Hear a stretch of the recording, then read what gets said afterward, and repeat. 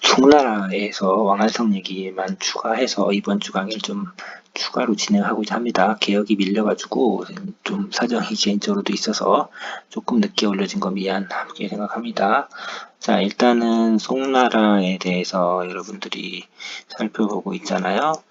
송나라에 대해서 우리가 송태조 시기 하면은 기억해둬야 될 거 문치주의 라고 했었습니다. 자, 그리고 황제 권한의 강화가 있었는데, 중요한 것은 이 문치주의 황제 권한을 강화하기 위한 여러 가지 정책을 하다 보니 문제점이 발생했습니다. 이 문제점이 관료사회가 너무 비대화되어 있어요. 너무 관직자가 많아서 돈이 많이 들겠죠. 두 번째는 이제 국방력이 약화되는 문제점이 발생했습니다. 자, 그래서 이 문제를 해결해야 됐어요. 근데 이게 어떤 문제를 구체적으로 갖고 오게 되었냐면은,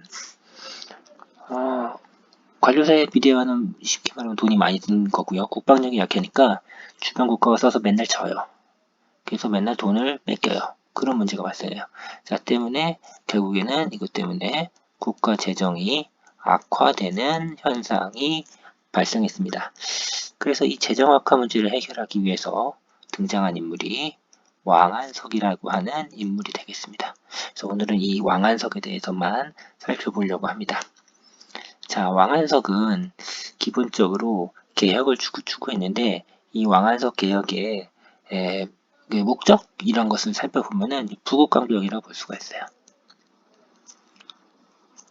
부국강병이라고 볼 수가 있습니다. 그럼 부국을 추진하기 위한 개혁과 강병을 추진하기 위한 개혁이 있을 텐데요. 강병을 추진하기 위한 개혁 두 가지를 살펴보면은 보갑법과 보마법이 있습니다. 보갑법은 농민들을 일종의 예비군 같이 편성하는 법안이고요.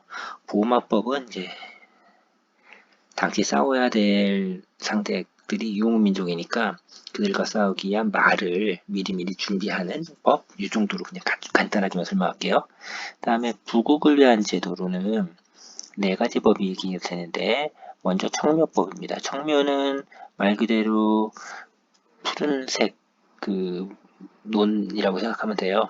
그래서 아직 연글지 않았잖아요. 보릿고개 때죠. 이 보릿고개를 도와주기 위한 도와주기 위한 정책 정도로 보면 되겠고요. 그 다음에 모역법. 모역법은 당시 농민들이나 당시 사람들이 져야 하는 의무, 역할 이런 게 제법 많이 있었는데 이런 것들을 이제 제외해 주는 겁니다. 대가를 지불하고요. 자, 그 다음에 균수법. 균수법은 국가재정 확충을 위해서 각 지역에 있는 많은 물자 또는 적은 물자 이런 것들 서로 균형을 맞춰서 조절해주는 정책.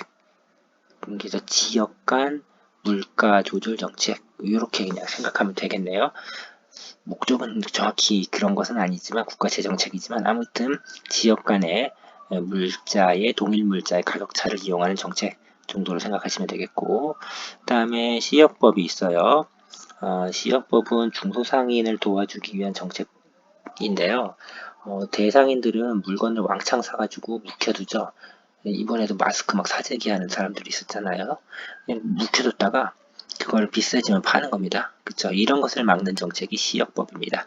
자, 이런 정책들을 폈습니다.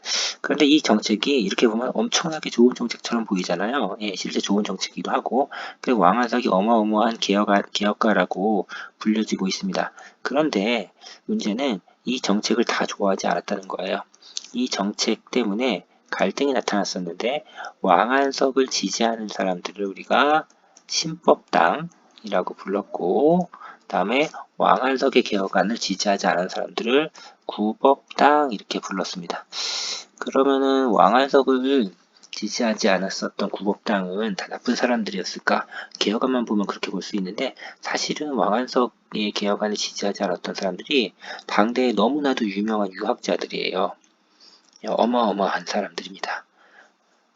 그래서 이걸 좀 잘 따져보면은 또 다른 면을 찾아볼 수가 있습니다. 법만 좋다고 다 되는 건 아니죠. 시행 과정에 여러 가지 문제점이 있을 수도 있고 하니까요. 그런데 그것까지는 우리 교과서에서 다루고 있지는 않기 때문에 우리는 왕안석의 개혁안의 목표가 무엇이다? 부국강적이다. 개혁안은 무엇이 있었다? 이런 거 6가지가 대표적인 것이 있었다. 그 다음에 이것 때문에 어떻게 됐냐? 신법당과 구법당의 갈등이 심했다. 정도를 기억을 하면은 될 것 같습니다. 자, 왕안석의 개혁은 왕안석이 살아있을 때는 성공하는 것처럼 보였지만요. 왕안석 사후에 구법당이 권력을 다시 잡으면서 신법당이 권력을 상실해요. 그러면서 개혁안은 거의 다 숲으로 돌아가게 되었고 이후에 체제 개혁을 안정적으로 수행하지 못했었던 송나라는 타고난 경제력으로 근근히 버티다가 결국에는 여진족이 세운 금나라에 의해서 수도를 뺏기고 남쪽으로 도망가는 아주 굴욕적인 모습을 보여주게 됩니다. 자, 여기까지가 지난 시간과 이어서 송나라의 기본 정치에서 기억해 둬야 하는 것이고 그냥 자신 있게 여기서 시험 문제가 2개가 앞 시간 것과 이번 시간 것에서 2개가 나올 수 있다라고 누구나 말할 수 있을 정도로 출제 빈도가 높으니까 반드시 기억을 해 두시기 바랍니다.